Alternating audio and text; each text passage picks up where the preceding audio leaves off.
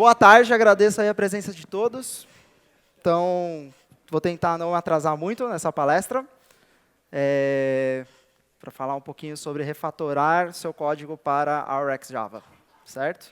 Show de bola. Quem aqui usa a RxJava? Quem aqui? Quem aqui usa com segurança e firmeza daquilo que está fazendo?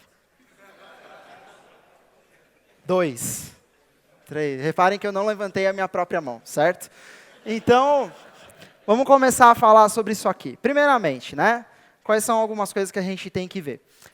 A RxJava é um trending topic. Não só a RxJava, mas programação reativa como um todo, né? Então, a gente olha aí, principalmente aí na parte de front-end, coisas como React.js, RxJS, e, enfim, não é só no Java que essa programação orientada a assincronismo entrou com força, né? Você que desenvolve para Android, certamente você já deve ter visto alguma coisa do tipo RX, microproblema, alguma vez na sua vida. Para todo microproblema do Android, agora tem uma solução RxFired. Então, você tem Rx Location, Rx Firebase, Rx GCM, Rx Permissions, e por aí vai. Tudo quanto é espécie de, como que eu poderia dizer assim, idiocracia que você resolve pelo framework de forma assíncrona, tem alguma espécie de wrapper reativo hoje em dia, open source. Qual que é um fato? O fato é, pelo menos o que eu sinto utilizando o RxJava aí ao longo de 1 ano e pouco, ou quase 1 ano e meio mais ou menos, que quando você usa programação reativa, você tem soluções melhores para problemas difíceis. É esse o sentimento que eu tenho. Então, a programação reativa para problemas fáceis resolve, mas para problemas difíceis ela resolve melhor. E um outro fato importante, que eu apenas estou citando, porque por pura falta de tempo eu não coloquei nada de RxJava 2 nessa apresentação, mas fica no meu backlog para a próxima. Em breve nós teremos o Release 2 da RxJava. E o Release 2 está trazendo aí uma série de conceitos novos, de APIs novas, porque ele tem compatibilidade direta com a especificação de Reactive Streams, que vai estar presente no JDK 9. Certo? Então, até nós vermos o JDK 9 oficial para Android, eu acho que vai um tempo, tipo mais uns 5 anos, mais ou menos, mas, enquanto isso, nós já podemos continuar utilizando o RxJava 2 e ter alguma coisa praticamente idêntica ao Reactive Streams do JDK 9. Beleza? Aí a grande pergunta é, se você ainda não usa RxJava no seu código hoje, como que você gostaria, o que você tem que fazer para você ter acesso a essa espécie dessas benesses, né, fornecida pelos deuses lá do Netflix? Então, essa é uma boa pergunta, não é? A gente tem que começar, se a gente quer extrair essas vantagens, a gente tem que começar, de certa maneira, de algum lugar. Então, o primeiro lugar vai ser determinado por isso daqui, certo? O que é isso daí? Isso daí é um típico pipeline reativo construído com a RxJava. E aí você vai olhar esse pipeline que está fazendo bastante coisa, certo? Está batendo no endpoint, está compondo com transformer, está fazendo tratamento de erro, está fazendo mapeamento, está fazendo transformação de dados, filtro outro mapeamento, faz threading e finalmente lá embaixo atualiza a UI. Show de bola. Você vai ter 3 reações possíveis para esse tipo de coisa. Primeira reação é aquela lá. Certo? Show de bola, curti pra cacete isso aqui, é isso que eu quero fazer mesmo. A segunda reação é essa daqui, certo? De indagação. E a terceira reação será de dor e sofrimento mesmo, certo? Não entendi nada, não tenho a mais puta ideia do que está acontecendo. Então, você vai, configurada a sua reação a esse tipo de coisa, você vai para o passo 0 de refatorar para RX. E qual é o passo 0? Você vai entender RX. É o passo 0. E entender RX não é o que nós vamos fazer aqui nessa palestra. É a primeira coisa. Então, se você não sabe nada, a chance de você já querer ir para outro auditório a partir desse slide é grande, certo? Mas continua aí que tem mais piada, pelo menos. Então, se você quiser ficar pela piada, tem outras. Antes de tudo, você vai entender a Rex. Tem muita documentação, tem muito material online, muitos vídeos, muitas palestras, muitos slides. Enfim, não falta material para você se informar sobre RxJava, certo? Aí vamos supor que agora você já saiu da espécie da ignorância completa sobre o assunto e agora você se sente preparado para ir para o próximo passo. O que fazer? Você vai primeiro, depois que você já entendeu, não sei se isso aqui está muito legível, talvez tenha ficado um pouco claro. Eu estou pegando todo aquele pipeline lá e eu estou condensando ele no que eu chamo de uma visão simplificada. Você, que já trabalhou com programação reativa de certa maneira, você consegue visualizar que no seu fluxo mais simples, você tem alguma coisa mais ou menos assim. Você tem um observable, que é uma sequência de itens. Você tem algumas operações funcionais que são aplicadas a esses itens. E, por fim, você tem alguém que observa esses itens. Observable, observer e as operações funcionais. Show de bola. A gente até poderia imaginar que o observable é como se fosse uma espécie de data source. É como se ele fosse de data source. É de lá que os dados se originam, certo? As operações funcionais, de certa maneira, elas são como transformadoras de dados. Os dados eles vão se transformando, de certa maneira, através das operações funcionais.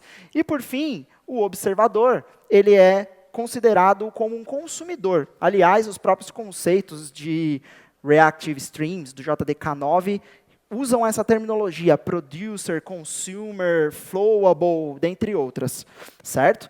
Então, funciona mais ou menos assim. Alguém está emitindo dados de forma assíncrona no observável, no seu data source. Esses dados, eventualmente, são transformados no meio do caminho, filtrados, mapeados e por aí vai. E alguém, lá na frente, recebe esses caras e faz alguma coisa que preste com eles. Show de bola. Alguma dúvida até aqui? Não? Está tranquilo e favorável? Então, vamos para o próximo. Como que seria um guia enviesado?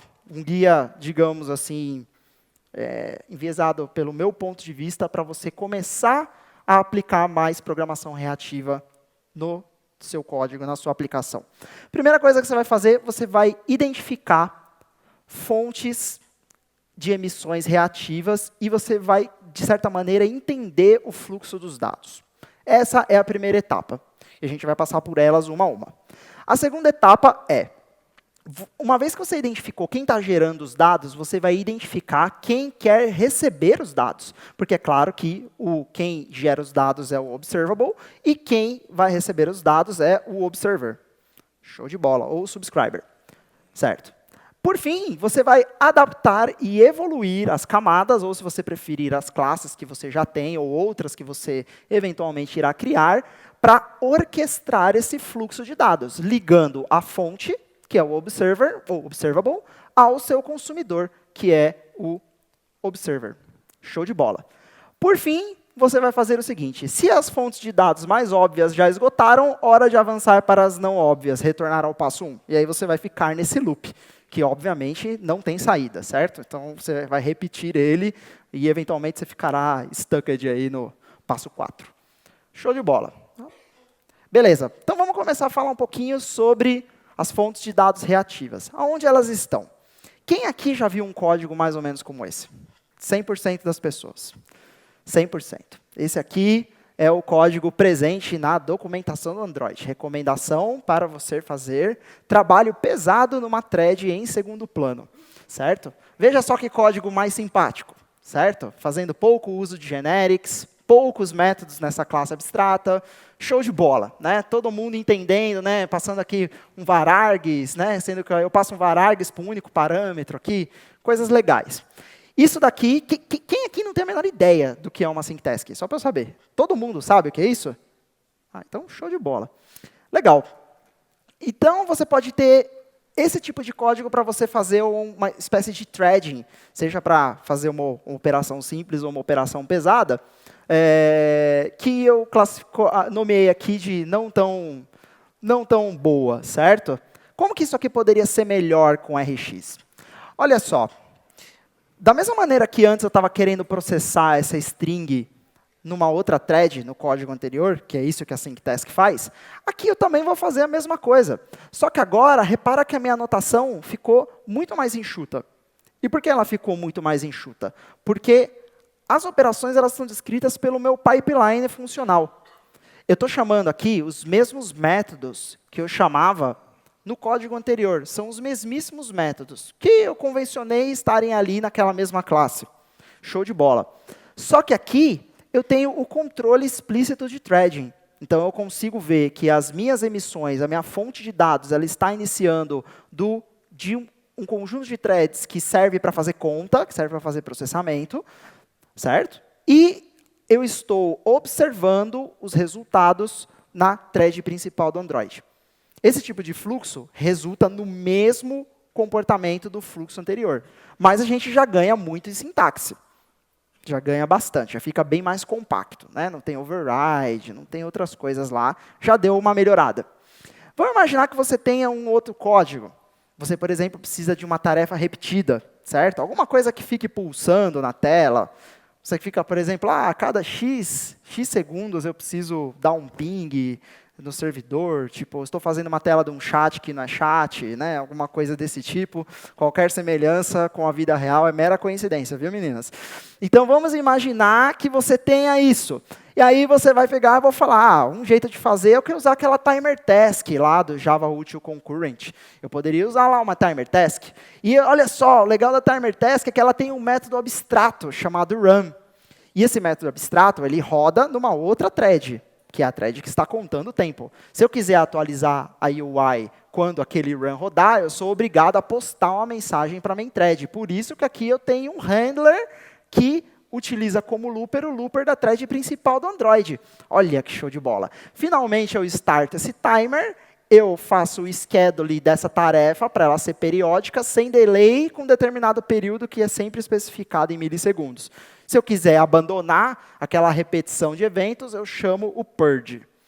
Isso aqui é um típico código que você, se não fez, já possivelmente fará um dia, ou não, agora que você está aprendendo RX, mas que você talvez possa até encontrar na sua codebase. Não é uma coisa tão incomum esse tipo de construção. Como que você resolveria isso via RX? O RX ele já tem um factory method associado ao operador timer. E o que o operador timer faz? Ele é um relógio que você configura da maneira como você quer.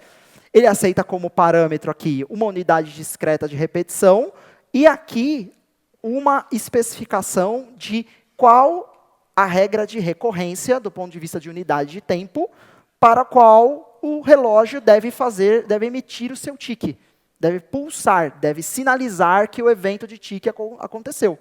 Eu configurei aqui período em segundos, eu imagino que isso aqui é uma constante, com a unidade que vem lá da classe TimeUnit, uma constante também, segundos. Ótimo. Observável.timer, período em segundos aqui, por exemplo, 4 segundos ao longo de segundos. Observa o resultado na thread principal do Android e, finalmente, faço o subscribe processando a emissão de interesse. Eu não vou estar interessado no timestamp, porque esse instant aqui é o timestamp que acabou de pulsar pelo relógio. Ele te dá as horas, é aquele instant lá. Eu não quero atualizar o instant, na verdade, eu só quero fazer um update na UI, sei lá, tipo, mostrar um método, fazer o get, fazer qualquer coisa do tipo. Beleza? Por fim, a junção de um observável com o seu observer através do método subscribe me resulta numa coisa chamada subscription, que eu associo numa variável que eu chamei de timer. É sempre assim. Toda vez que você coloca um observer para observar uma sequência observável, você tem como resultado uma subscription. E se eu quiser abandonar aquela coisa, quero ir embora, chega de olhar para esses tiques do relógio. Eu simplesmente me desinscrevo dessa sequência. É como se essa sequência fosse tipo feed RSS. Então, as notícias vão vindo pelo feed, é como se ele fosse assíncrono, e a hora que eu não quero mais do feed, eu largo o feed para trás, é isso aí. O GC leva ele embora, todo mundo feliz e contente. Beleza? Então, isso aqui já deu uma melhorada no código anterior. O que a gente está fazendo aqui? A gente está vendo alguns casos simples, nos quais a gente consegue aplicar programação reativa com coisas que a gente tipicamente não resolve de primeiro momento com programação reativa. Beleza? Tem mais? Opa, se tem. Vamos imaginar que você esteja fazendo uma chamada para a sua API REST através do framework Retrofit. Coisa que quase ninguém aqui ouviu falar hoje, certo? Então, uma API inédita. Então, vamos imaginar que você esteja fazendo a chamada. E aí você está utilizando, tipicamente, olhando na sua documentação, você está usando o call pattern. Show de bola. Então, na verdade, o que quer dizer o call pattern? Quer dizer que quando você tem o seu método da sua API e você endereça ele com um parâmetro de interesse, o que você recebe como retorno é um objeto do tipo call. Um objeto do tipo call. Quem aqui não está entendendo o que eu estou falando? Levanta a mão. Todo mundo está entendendo? Aí, assim que é bom, ainda vai ficar mais difícil. Então, com o método call, eu sou capaz de enfileirar o callback. Não é assim que funciona? É assim que funciona, porque se você chamar o execute, você vai executar aquele método de forma síncrona. E não é isso que você quer. Você executando ele de forma síncrona, você vai bloquear aquela thread. E se for a thread principal do Android, você vai tomar o runtime exception. Por estar fazendo operação de rede na thread principal do programa. Então, eu vou enfileirar aqui esse callback. E aí eu tenho um callback enfileirado aqui, show de bola. Claro que isso aqui é um exemplo copiado, eu estava com muita preguiça para fazer um exemplo inédito. E aí eu tenho aqui, imaginando que eu estou recebendo, olha só, um movie, certo? Lá da API do Star Wars, que eu usei na palestra anterior. E aí eu recebo aqui, olha, o que vem como parâmetro aqui na resposta? Vem aqui o call que foi executado, vem aqui o response, objeto do retrofit que encapsula um filme, show de bola, se a resposta é sucesso, eu executo como sucesso, se a resposta não é sucesso, foi um 400 ou foi o 500. E é claro que se caiu no callback de falha, é porque deu falha mesmo, tipo erro de conexão, timeout, dentre outros. Beleza? Show de bola. Tá tranquilo? Tá favorável essa API aqui para vocês? Todo mundo está acostumado a usar isso aí? Show de bola. Como que a gente poderia fazer com o RxJava? Como que a gente poderia fazer? Isso que é legal. Retrofit, se tem um motivo pelo qual a RxJava se tornou popular, é porque retrofit deu suporte lá atrás. Os caras olharam e falaram, meu, isso aqui é vantagem. Né? Como que seria a mesma chamada, ou pelo menos uma chamada similar, não no mesmo endpoint, tá? Porque eu copiei esse código da outra palestra. Vamos imaginar como que seria essa chamada com retrofit. Eu vou pegar, por exemplo, o método da minha API, que por acaso aqui é a API do Star Wars, vou endereçar um método da API que me lista todas as pessoas. Show de bola. Agora, eu olhei esse subscribe, ou Star Wars API people, ele não retorna mais o padrão call. Ele não retorna um objeto do tipo call de um dado. Ele me retorna observable de um dado. Nossa, show de bola. Ele encapsulou o callback para mim, lá atrás. Observável de um dado. A partir do momento que ele encapsulou o observável do dado, eu vou especificar em qual thread que eu quero que o trabalho comece, porque, por padrão, ele não vai fazer isso por você.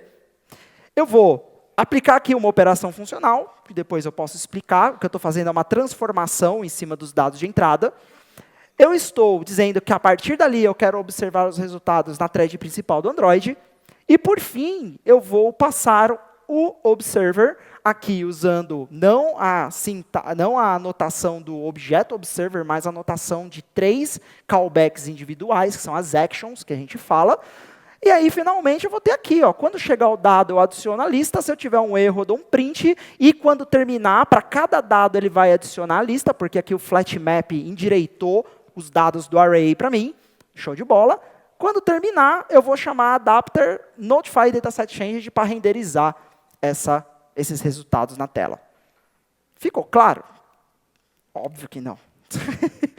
Então, isso aqui já é um exemplo. Vamos comparar isso.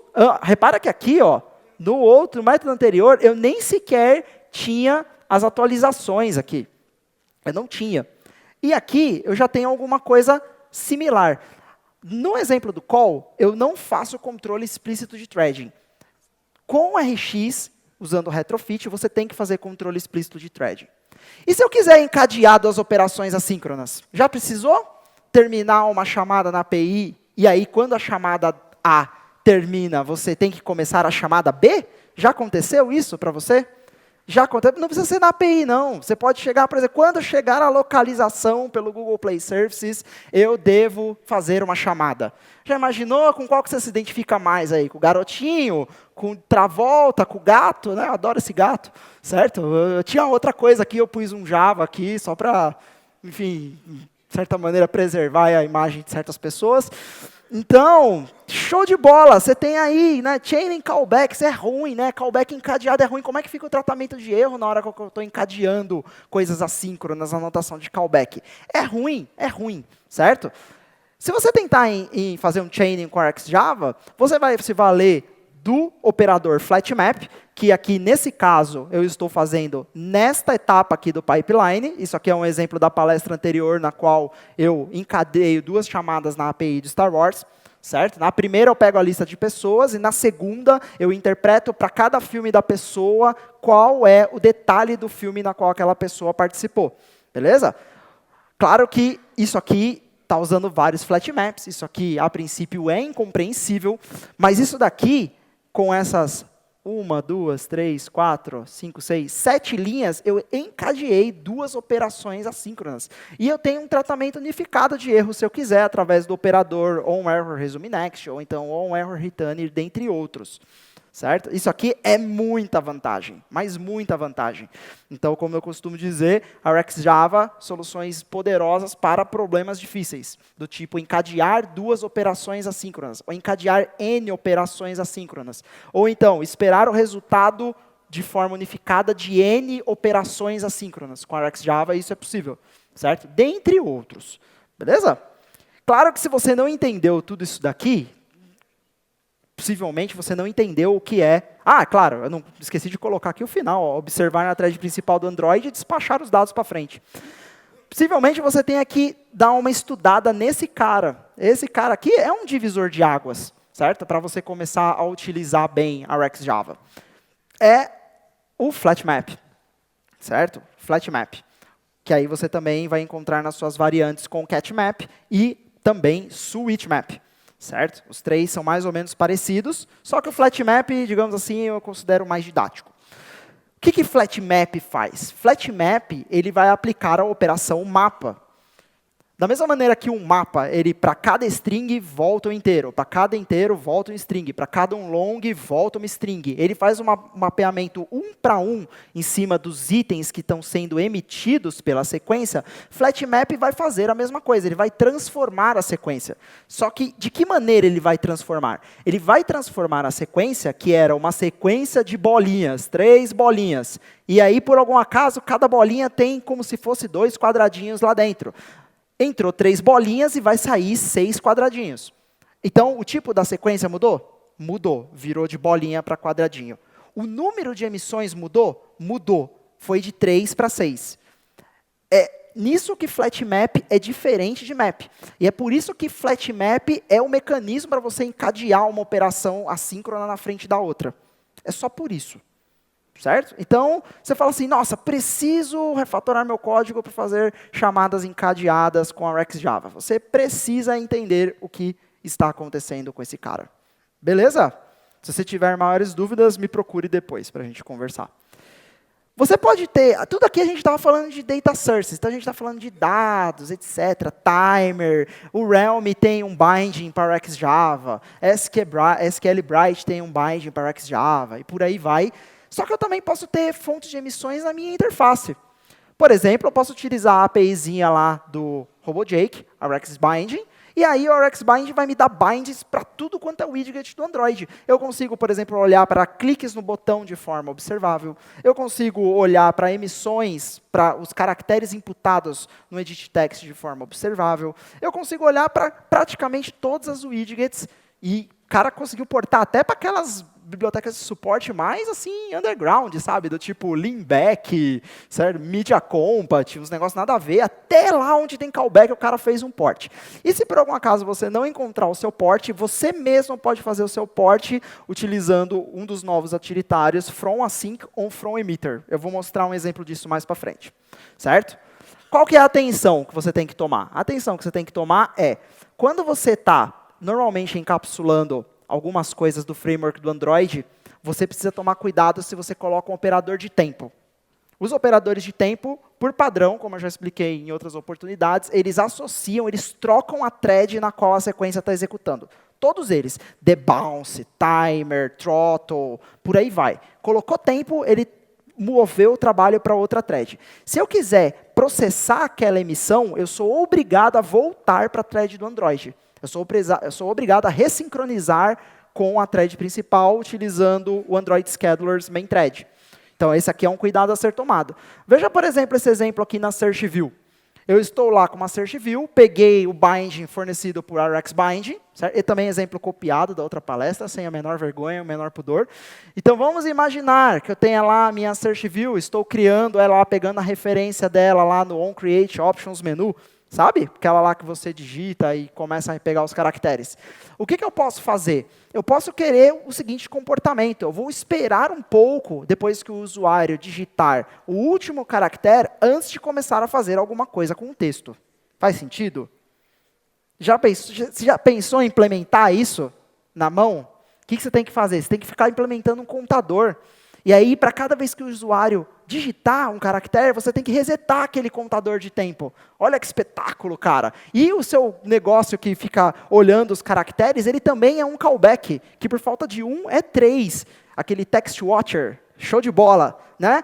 Então, aí você fala, meu, eu tô tristeza, como se não houvesse fim. O que você vai fazer? Você vai utilizar o RxJava. Você vai utilizar o RxJava, você vai utilizar o binding do RoboJake, Rx Search View, que aceita como parâmetro uma Search View, e para cada input na Search View, ele vai pulsar um item.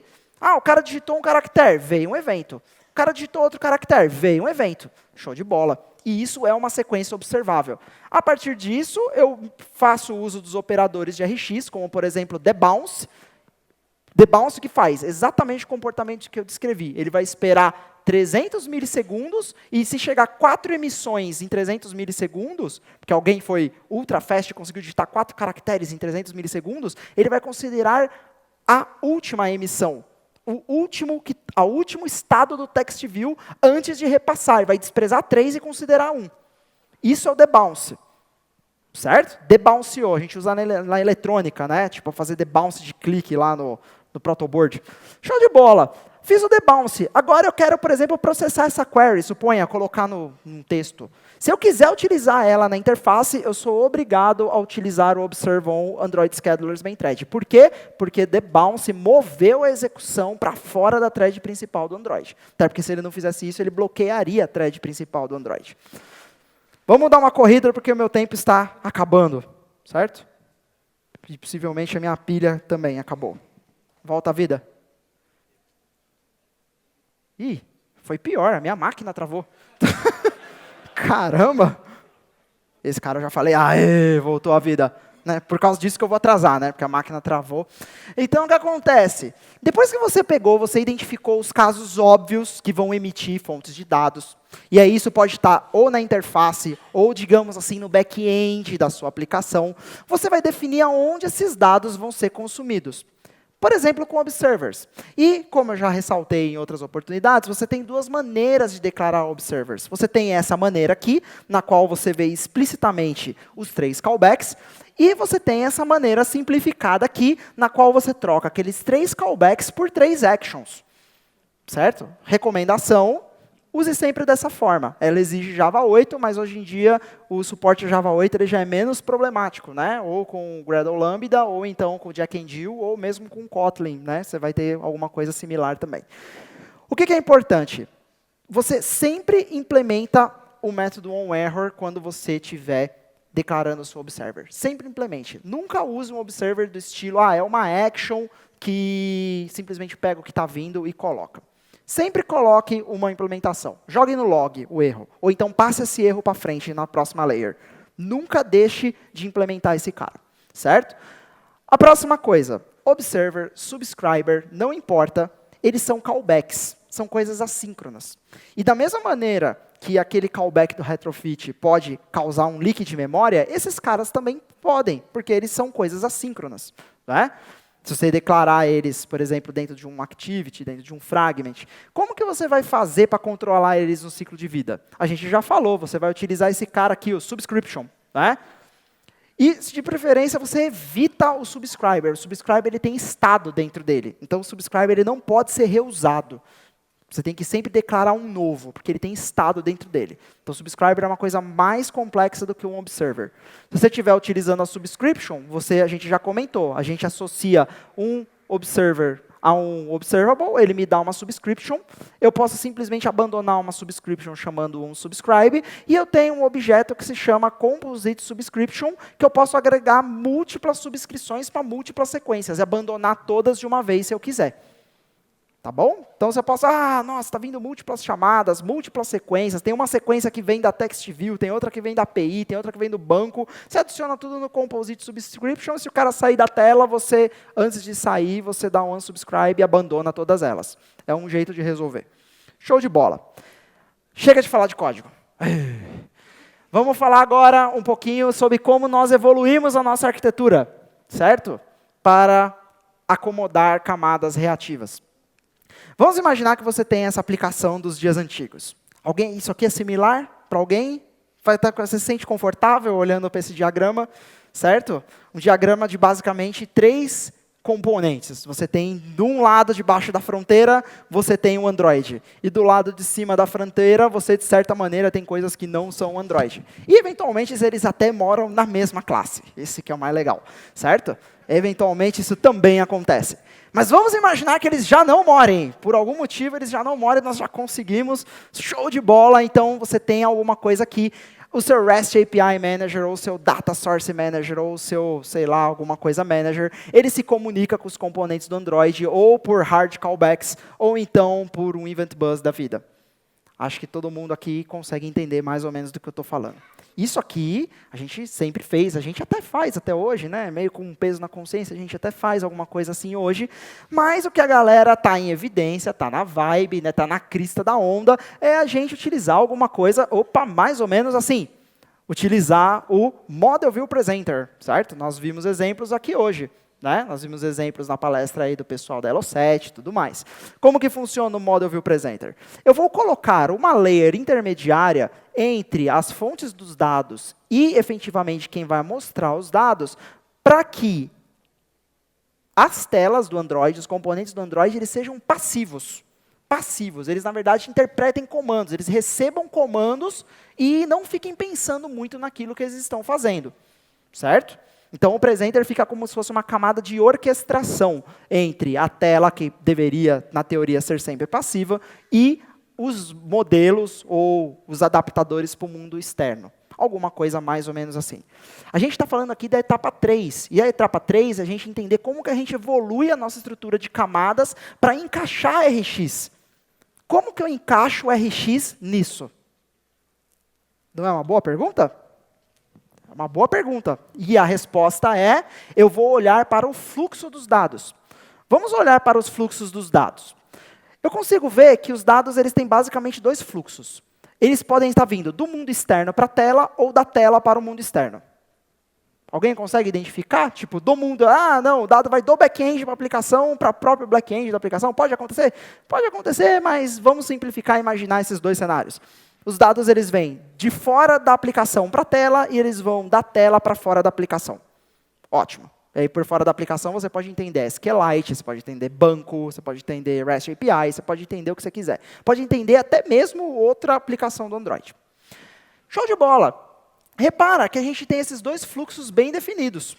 E, normalmente, é nesses fluxos, é nessas conexões que a gente implementa o nosso mecanismo de callback. Ou então, que a gente coloca lá o Event Bus, ou faz até um mix dos 2. Qual que é a ideia? A ideia é que, independente de eu estar no caso 1, que eu vou ter, por exemplo, o meu manager mandando coisas, dados, nesse caso aqui, né? O manager mandando dados do mundo externo para a tela. Ou então, o presenter pegando dados do modelo do mundo externo, interpretando eles e comandando uma determinada view na sua implementação. Independente de eu estar nesse caso, ou independente de eu estar nesse caso, o segredo é, eu vou trocar o mecanismo de callback por uma sequência observável. E aí a coisa começa a fazer sentido. Olha só como que seria uma estrutura de um MVP reativo.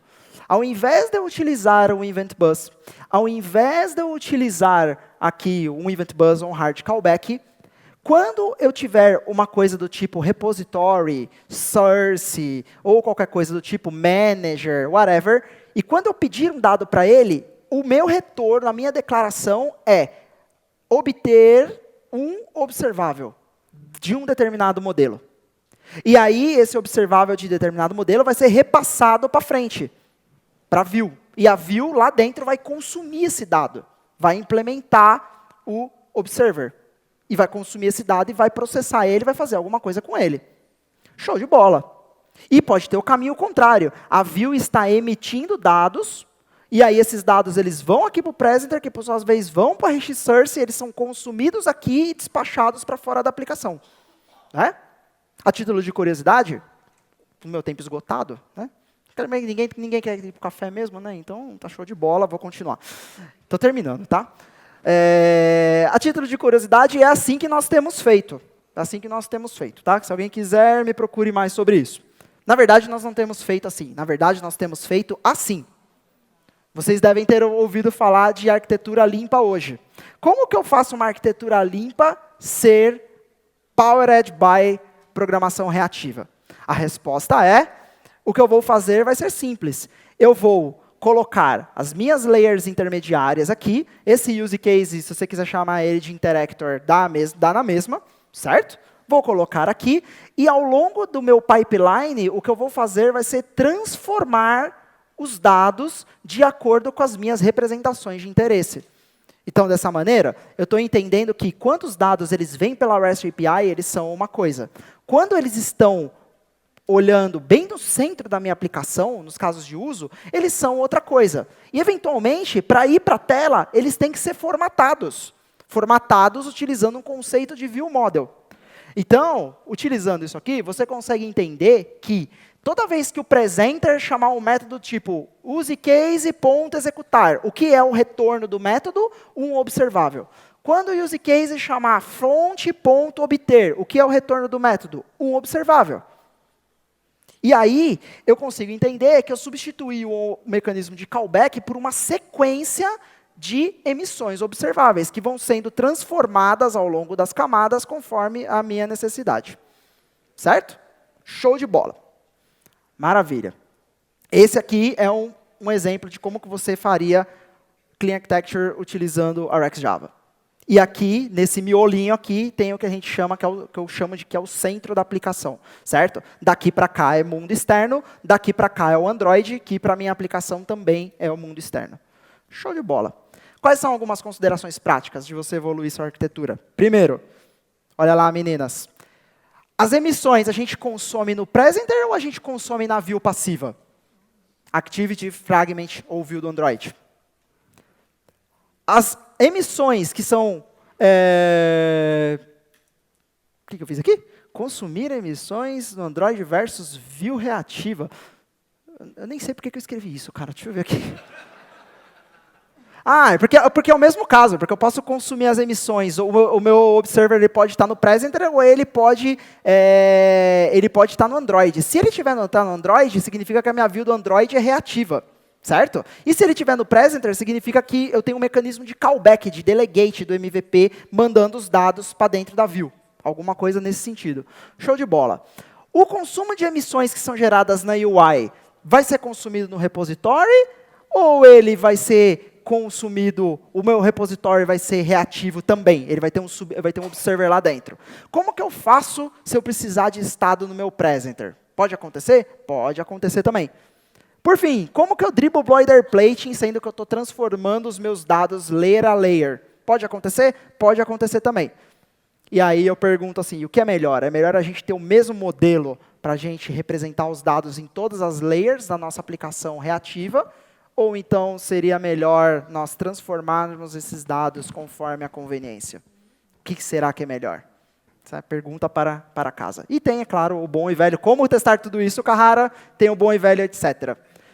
Tem fontes de dados não reativas? Tem. O framework do Android é cheio de callback, em todos os lugares, certo? Bibliotecas de suporte, no próprio framework, no Play Services, no Firebase, em tudo quanto é lugar. Eu roubei um snippet de um cara aqui, por pura preguiça também, que o cara ele vai encapsular a inicialização do Google API Client usando o formato observável. Sabe aquele cara que você tem que implementar lá o onConnected, onError, aquele cara lá que você pegar a localização, aquelas coisas?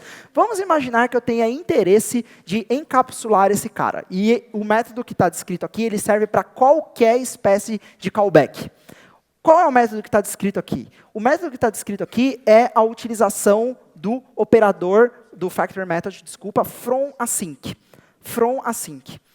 E o from async, ele entra no lugar de um conceito chamado subject, que normalmente é o cara certo para fazer essa bridge entre callbacks que ficam pulsando dados e caras que queiram olhar para esses dados. Agora a gente tem o from async, e na versão mais nova do ArcJava parece que ele até mudou de nome e virou o from emitter, alguma coisa do tipo.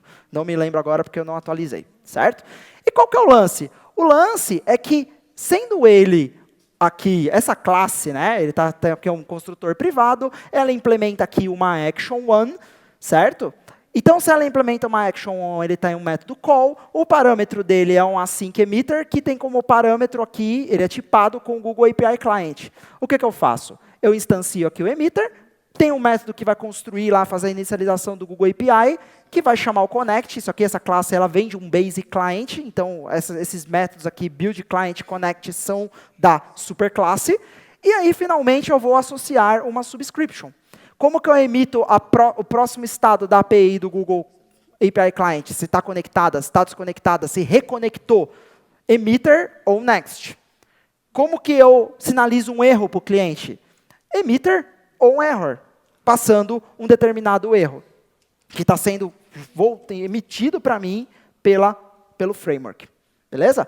Esse tipo de construção, usando from emitter, isso aqui funciona para qualquer callback que você possa imaginar. Ah, eu tenho uma paginação na minha list view, na minha recycler view. Eu gostaria de olhar, toda vez que ele bate no fundo da lista, eu gostaria que pulsasse um evento dizendo, olha, sua próxima página, pulsasse um item observável, dizendo que a minha próxima página é 1, é 2, é 3. Eu quero trocar o callback por uma sequência observável. Eu usaria from async. Você pode usar um subject? Pode usar um subject, mas hoje em dia já não tem mais tanto sentido, certo? Então tem esses três caras. Quando não usar a ArcJava? Tem alguns casos, tá? Vou citar brevemente, valores que não mudam nunca. Você, por exemplo, tem uma operação que é desencadeada, na hora que o subscriber observer é associado, ele desencadeia uma operação muito pesada, e essa operação, e essa sequência, ela é broadcasted. Ou seja, você tem múltiplos caras olhando para o resultado dessa mesma sequência, o que potencialmente pode levar para cada subscrição o desencadeamento de uma nova operação. Exemplo típico, tenho uma chamada na API, vou tentar fazer um event bus, vou tentar fazer um event bus usando o ArcJava, vou fazer um broadcasting. Ótimo, agora tem 2 lugares que estão olhando para a chamada. O que acaba acontecendo, quando o segundo cara se sobrescreve, você dispara a chamada 2 vezes. Isso deveria acontecer? Não, não deveria acontecer. Então, o que aconteceu? Você fez o casting errado, obviamente, porque talvez não seja dessa forma que você deveria propagar os seus eventos.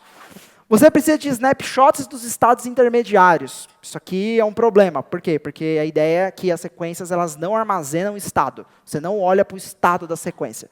E, por fim, você está desenhando lá suas classes. Eu já fiz isso, tá? Por isso que eu coloco esse smell aqui. E você, em algum momento, até cogitou que observable poderia ser uma variável membro da sua classe. Se você está desenhando uma classe e você viu que o observable vai ser uma variável membro, há alguma coisa errada. O observable ele deve ser resultado de um método, não variável membro. Ele é resultado de uma operação que está fluindo. Beleza? Show de bola. Tem o etc. também. Final remarks. Né? Comecem pelos casos simples. Evolua para os casos complexos.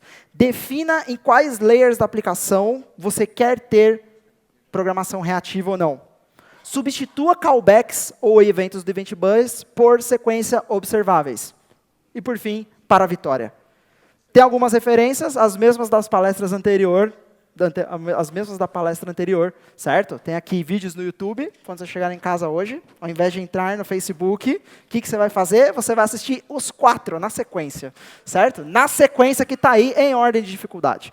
Tem aqui outras referências, tal, algumas APIs. Essa apresentação está online nesse link, tá certo? Do Speaker Deck. Então, você pode pegar esses slides, não que eles valham muita coisa. Eu me chamo Biratã, eu trabalho no Luiza Labs junto com as meninas lá, e lá a nossa aplicação, se Deus quiser, até o final do ano, vai ser 100% reativa de cabo a rabo. Muito obrigado.